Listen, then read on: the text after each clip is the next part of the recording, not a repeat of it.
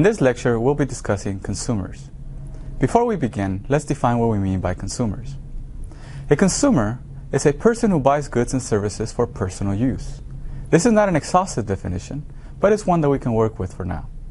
In this definition, three things stand out. Number one, a person.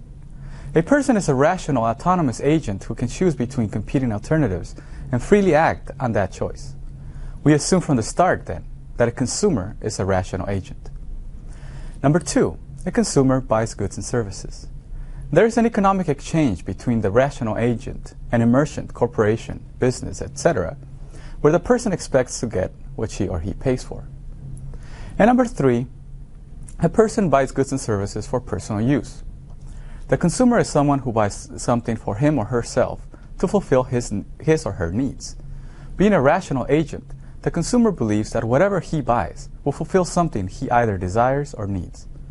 These three things are important because they help define the ethical relationship between the corporation or the manufacturer and the consumer. The question is, what moral responsibility does the corporation or manufacturer have as a result of its relationship to a rational agent who freely enters into an economic exchange with it in order to fulfill some need or desire? In today's lecture, we will focus on some key topics relevant to this question. The main issues are product safety, product quality, price, and packaging, deceptive advertising, the reasonable versus the ignorant consumer standard, advertising to children, and advertising in society. The first issue is product safety. Our world is complex, both politically and economically. Gone and forgotten are the days when we would grow our own food, make our own clothes, milk our own cows. In our capitalist society, we depend on business to satisfy our many wants and needs, such as food, clothing, and milk. And as you know, nothing is free. Thus, we pay business to provide us with our material needs, and at the same time trust that business will not cheat, lie, or harm us in any way.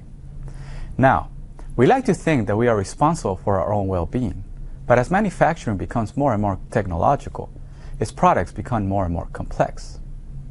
The more complex the product, however, the less we are able to carry out this responsibility. Thus, businesses are responsible to the consumer to protect the consumer from being harmed or injured by their product. It wasn't always the case that manufacturers thought of assuming responsibility for their products. At a certain point in our nation's history, manufacturers would just have to pin the blame on the consumer for a faulty product. It was the "you should have known better" attitude. So business got away with selling potions meant to restore hair on bald heads, like this one. Notice the first claim. The rosemary will restore hair to bald heads. Once you bought the product, tried it out, and eventually saw no results, your best bet was to complain to the company, who would most likely tell you that it was your head that was defective and not their product. Again, the standing philosophy at that time was, let the buyer beware. This sort of practice went on for quite some time. In 1916, as Donald McPherson drove around in his brand new Buick, one of the tires fell off. Buick Motor Car Company argued that they were not liable for this mishap because they had manufactured the tire. Imagine that while using your iPhone, it explodes, taking off some of your fingers. Then when you complain to Apple, they tell you that it wasn't their fault because they do not manufacture the electricity that it takes to run it.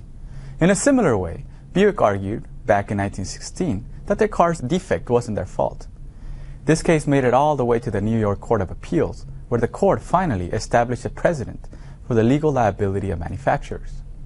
This was the 1916 McPherson versus Buick motor car. The court ruled that legal liability fell on the manufacturer. In effect, McPherson versus Buick established that the manufacturer, in this case Buick, had the primary responsibility for the tires, that McPherson couldn't have possibly known that the defect existed before the people at Buick. This ruling helped establish a due care theory of manufacturer duties to consumers. Now, due care means that consumers and sellers do not meet as equals, and consumers' interests are particularly vulnerable to being harmed by the manufacturer, who has knowledge and expertise that the consumer does not. But even though manufacturers now had to exercise due care when making and selling their products, the consumer had to show in every case that the manufacturer was negligent. In other words, if another tire fell off at Buick, the consumer had to show that it was Buick's fault that the tire had fallen off and not the consumer's reckless driving down rocky, primitive highways. 50 years later, other cases brought about significant reversals in respect to the legal liability of manufacturers. In Henningsen versus Bloomfield Motors and Greenman versus Yuba Power Products, the court rules that consumers have a right to expect that the products they purchase are reasonably safe when used in the appropriate way. This established what is known as strict liability. Strict liability means that the manufacturer of a product has legal responsibilities to compensate the user of that product for injury suffered because the product's defective condition made it unreasonably dangerous, even though the manufacturer has not been negligent in permitting that defect to occur. Going back to our original definition of consumers, with strict liability, we begin to see a trend towards taking into consideration the moral status of consumers as reasonable agents who are nonetheless at the mercy of the product that they buy to fulfill their everyday needs and desires. The point is this: consumers have a right to expect that the products they purchase are reasonably safe when used in the intended way. Notice that this is not absolute liability, meaning that the manufacturer is not responsible for any injury that might befall the consumer. Now, the critics of strict liability argue that it is unfair to the manufacturer if the manufacturer goes out of his way to exercise due care. However, proponents of strict liability argue on utilitarian grounds for such an approach to liability, claiming that only such a policy leads manufacturers to guarantee their product safety, and that manufacturers are in a position, through pricing, to bear the cost of injuries due to defects. How do we guarantee that manufacturers exercise due care or that they take the necessary precautions to ensure that the products are safe? One way is through government regulation. We have, for instance, the Consumer Product and Safety Act of 1972, which empowers the Consumer Product Safety Commission to protect the public against a reasonable risk of injury associated with consumer products. The effectiveness of such a regulation, however, is questionable and not well known. So now we move on to another matter which raises ethical concerns, namely product quality, price, and packaging. When we speak of quality, we mean that it is the manufacturer's responsibility to ensure that the product measures up to the claims made about it and to the customer's expectation. The question is, how can a manufacturer make sure that the product measures up to the customer's expectation? This sort of question is complicated because consumer expectation can be influenced by many factors, including product advertising, word of mouth, or secrecy about a product's capability. Thus, the only control the manufacturer has over the consumer's expectation is its advertising and marketing campaigns. They tell the consumer what to expect, and thus the consumer has no reason to complain when the product does not measure up to those expectations informed by other sources. Having made certain claims about its product, the manufacturer must honor those claims. It attempts to do this through warranties. Now, warranties are obligations to consumers assumed by the manufacturer. These are express warranties, which are explicit assurances about the product; implied warranties, a guarantee that the product is of passable quality or suitable for ordinary people to use. Moving on, when we concern ourselves with price, we ask, does the product's price reflect this quality? Is a new gadget from Apple or Microsoft worth its price? First, we have to ask ourselves, how do we estimate worth? Many factors come into play here, including the social status of owning such a gadget, its technological capabilities, and its production cost, to name a few. So it's a tricky business trying to figure out how to estimate worth. So we have to trust that the manufacturer or the company is not fooling us when it tells us that their product is worth what they say it's worth. Of course, manufacturers will not always be honest in their estimation of their product's worth. They might just imagine that the consumer would be willing to pay and fix the price of their product according to this. This is called price fixing.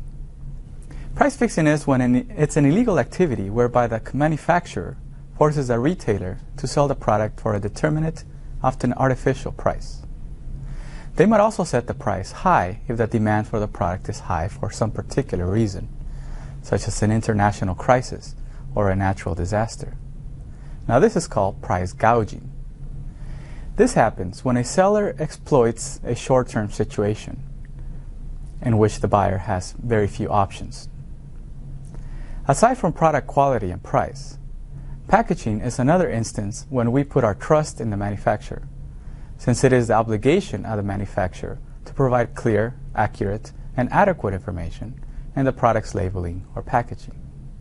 The point here is that any reasonable person would expect to open the package and find the product listed in the packaging.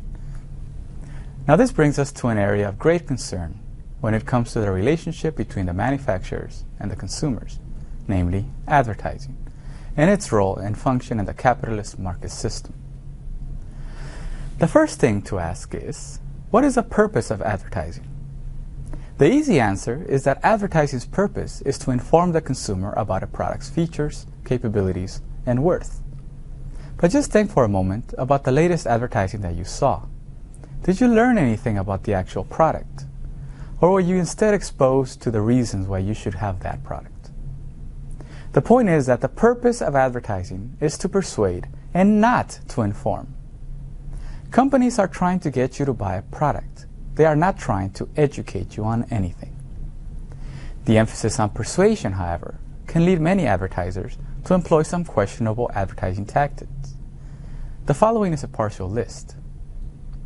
We have deceptive advertising techniques such as ambiguity, which is the using of ambiguous descriptions of the product. For example, we package a product as light to mean healthy, organic to mean pure, etc. Another advertising technique is concealed facts, which is the suppressing of information about the product. We have the example of trim spa and its associated health risks. Another advertising technique that is also questionable is exaggeration, building up the product with unsupported claims. Now, an example of this is Trident gum and its claim that it helps fight cavities, when in fact, drinking water helps fight cavities as well. But even more effective are techniques meant to engage you at a psychological level. These are psychological appeals, which attempt to persuade you by appealing to a primary human emotional need, and not to reason. Thus, when the superstar athlete jumps higher than the rest immediately after drinking from a bottle of the advertised sports drink, the message is that you too could possibly jump higher than the rest. Of course, you might not believe this, but next time you head out to play your favorite sport and stop by the local corner store to buy some refreshments, chances are that the allure of the sports drink is going to be high, if not definitive. Or think of the late night ads for weight loss. What are they selling? Certainly more than the weight loss plan. They are telling you that being thin is the only way you will feel good about yourself or be accepted. Thus you have formerly overweight actresses dancing in circles because they lost 150 pounds as a result of following the plan. We all know, however, that simply being on a diet is not enough to lose weight. But next time we think about losing weight, that plan might be the first thing we think about. A more controversial advertising technique is subliminal advertising. Now, subliminal advertising is advertising that communicates at a level beneath our conscious awareness, where the vast reservoir of human motivation primarily rests. The idea behind those who accuse the advertising industry of this technique is that advertisers employ subliminal techniques to get us to buy products. They do this by hiding a secret or a subliminal message within the content of the visual or auditory presentation. So when we see the ad for the fancy sports car, with a guy driving past a group of women that stand in awe, we want to buy the car not because we need it or because we want it, but because we are sexually attracted to the woman or to the man driving.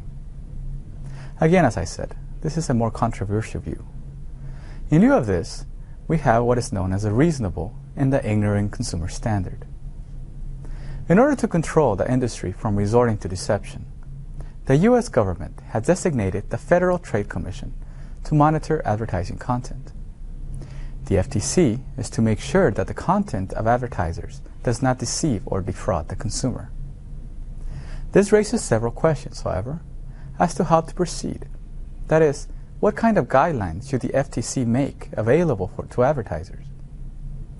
Now, at the beginning, we define a consumer as a rational agent who freely chooses to enter into some sort of economic relationship with business. But the question that should have been raised at the beginning is, are all persons rational? If not all persons are rational, then not all consumers are rational.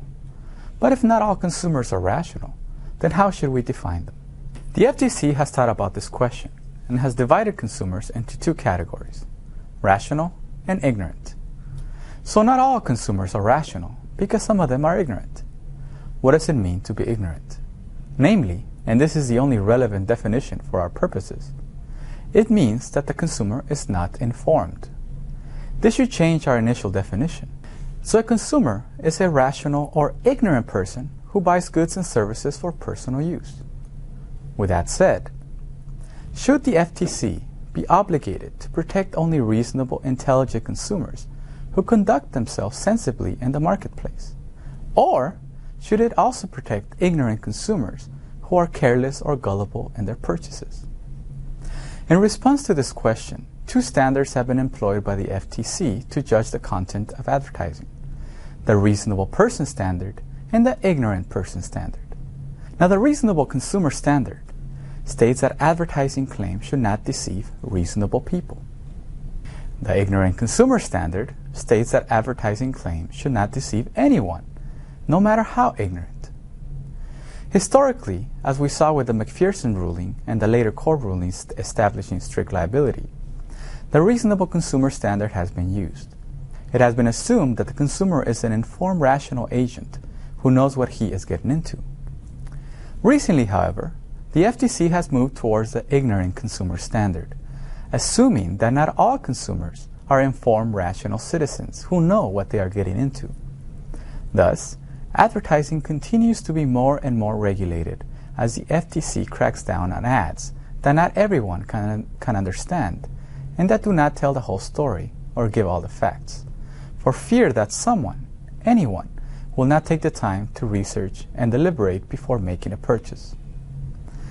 Now, the relationship between consumers and manufacturers or any other type of business entity is a complicated one, where the manufacturer or the business entity, because of its superior position as provider of goods and services, bears most of the moral obligation in the relationship.